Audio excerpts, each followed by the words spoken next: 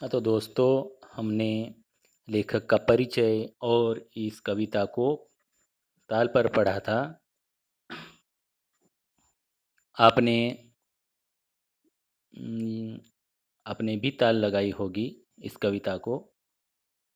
और दोस्तों देखिए, सबसे पहले तो यहाँ जरा सोचो, चर्चा करो। यदि सूर्य प्रकाश न होता तो इन पर क्या प्रभाव पड़ता। अब हम कक्षा में तो नहीं है, नहीं तो हर बार ऐसी कृतियाँ हम आगे एक एक छात्र को बुलाकर लेते हैं, चर्चा करते हैं। दोस्तों आप अगर कॉपी में लिखेंगे तो बहुत ही अच्छा होगा। अपनी स्वाध्याय कॉपी में लिखिए, बहुत ही आसान है। तो चलिए, कविता बहुत ही अच्छी है, जानकारी देखते हैं। हम्म? छिप छिप अश्रु बहाने वालों, मोती व्यर्थ लुटाने वालों, कुछ सपनों के मर जाने से जीवन नहीं मरा करता है। छिप छिप अश्रु बहाने वालों, मोती व्यर्थ लुटाने वालों, कुछ सपनों के मर जाने से जीवन नहीं मरा करता है। अगर हमारे सपने पूरे नहीं होते तो आंसू रूपी मोती व्यर्थ नहीं बहाना चाहिए। हमारे जो आंसू है वह एक प्रकार के मोती है, और उन्हें आप व्यर्थ क्यों बहा रहे हैं। अरे आपके कुछ सपने पूरे नहीं होते, इसका मतलब पूरा जीवन समाप्त नहीं हुआ, ऐसा तो नहीं है। तो कुछ सपने पूरे नहीं होते तो जीवन समाप्त नहीं होता दोस्तों। इस तरह इन पंक्तियों का अर्थ है। आगे देखते हैं। माला बिखर गई तो क्या है, खुद ही हल हो गई समस्या। आंसू गर नीलाम हुए तो समझो पूरी हुई तपस्या। दोस्तों यहाँ पर हुई समस्या ऐसा किताब में दिया गया है, कुछ किताबों में तपस्या है। तो दोस्तों माला अगर बिखर गई तो चिंता नहीं करनी चाहिए। माला अगर बिखर जाती है तो चिंता नहीं करनी चाहिए। परिस्थिति से हारकर समस्या हल नहीं होती। अगर आप परिस्थिति से हार जाओगे तो समस्या हल नहीं होगी, समस्या का हल नहीं निकलेगा दोस्तों।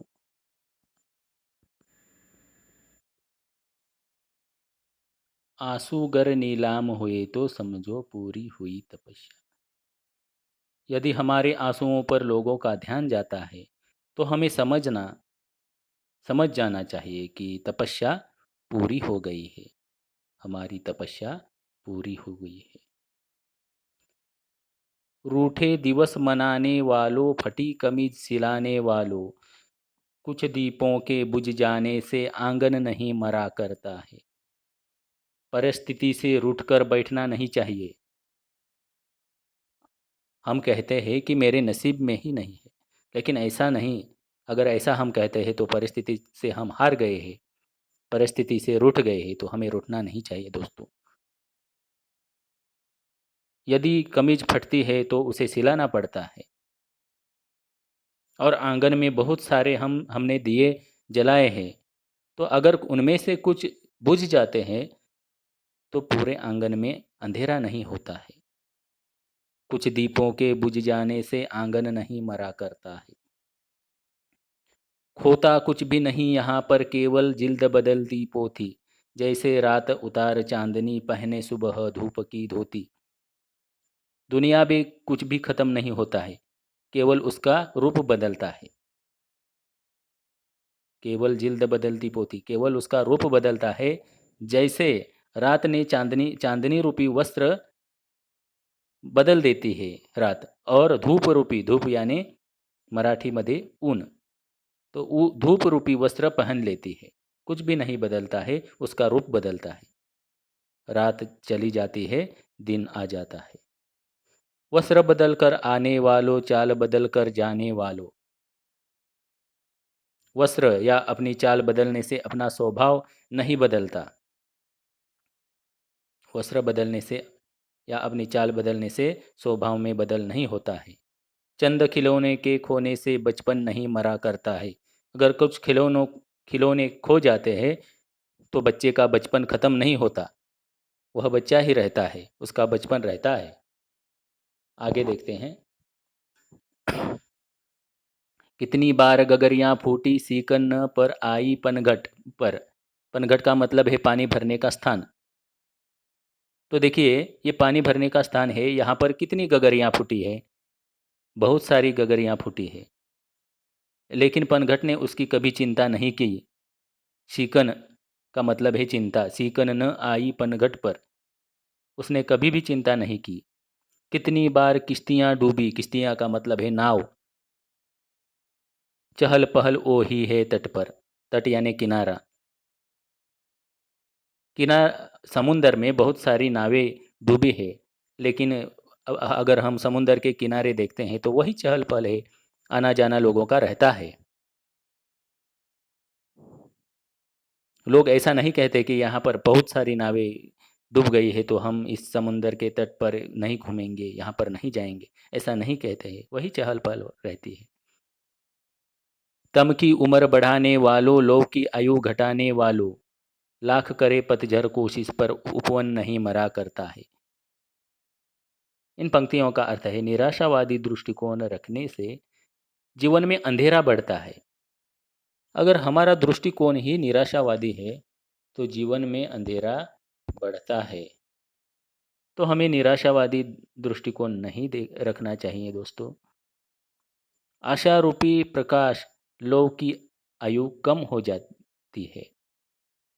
तो आशा रूपी प्रकाश हमारे जीवन में होना चाहिए। निराशावादी दृष्टिकोण नहीं रखना चाहिए। आगे देखते हैं। लाख करे पतझर कोशिश पर उपवन नहीं मरा करता है। पतझर का मतलब है पत्ते झरने की ऋतु।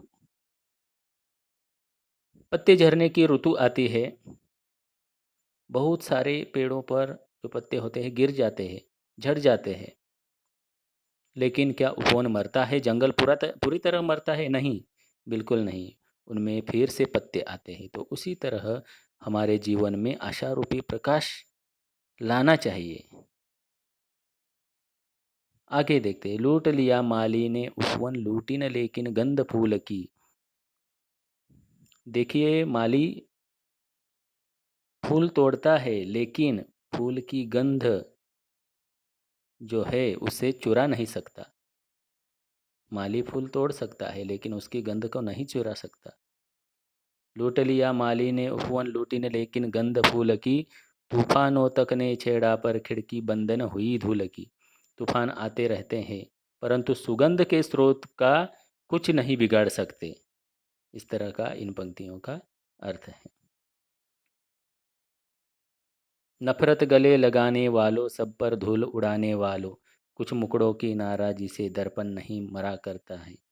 कुछ लोग जो होते हैं सदा ही मन में नफरत लिए फिरते हैं, दूसरों की निंदा करते हैं। देखिए, आपने भी देखा होगा कि ऐसे कुछ लोग होते हैं कि दूसरे को बारे में ऐसा गलत बोलते हैं, अनाप शनाप बोलते हैं।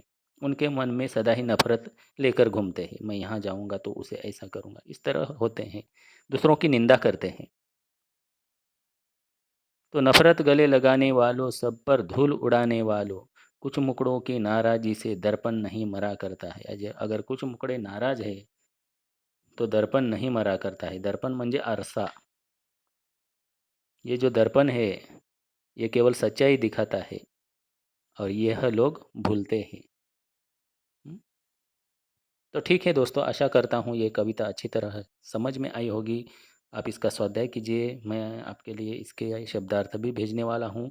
यहाँ पर बहुत सारे शब्दार्थ नीचे किताब में दिए गए हैं और जो मैंने कृति कही है कि ज़रा सोचो चर्चा करो, तो आप इसे किताब में अपनी कॉपी में लिखिए, इसका स्वाध्याय कीजिए। और ये हमारा प्रथम सत्र का जो पाठ्यक्रम है पूरा हो चुका है। इनमें से कुछ जो रह गया है, व्याकरण, पत्र लेखन, तो इसके बारे में हम जानकारी उर्वरिक तासिकाओं में देखेंगे। धन्यवाद दोस्तों।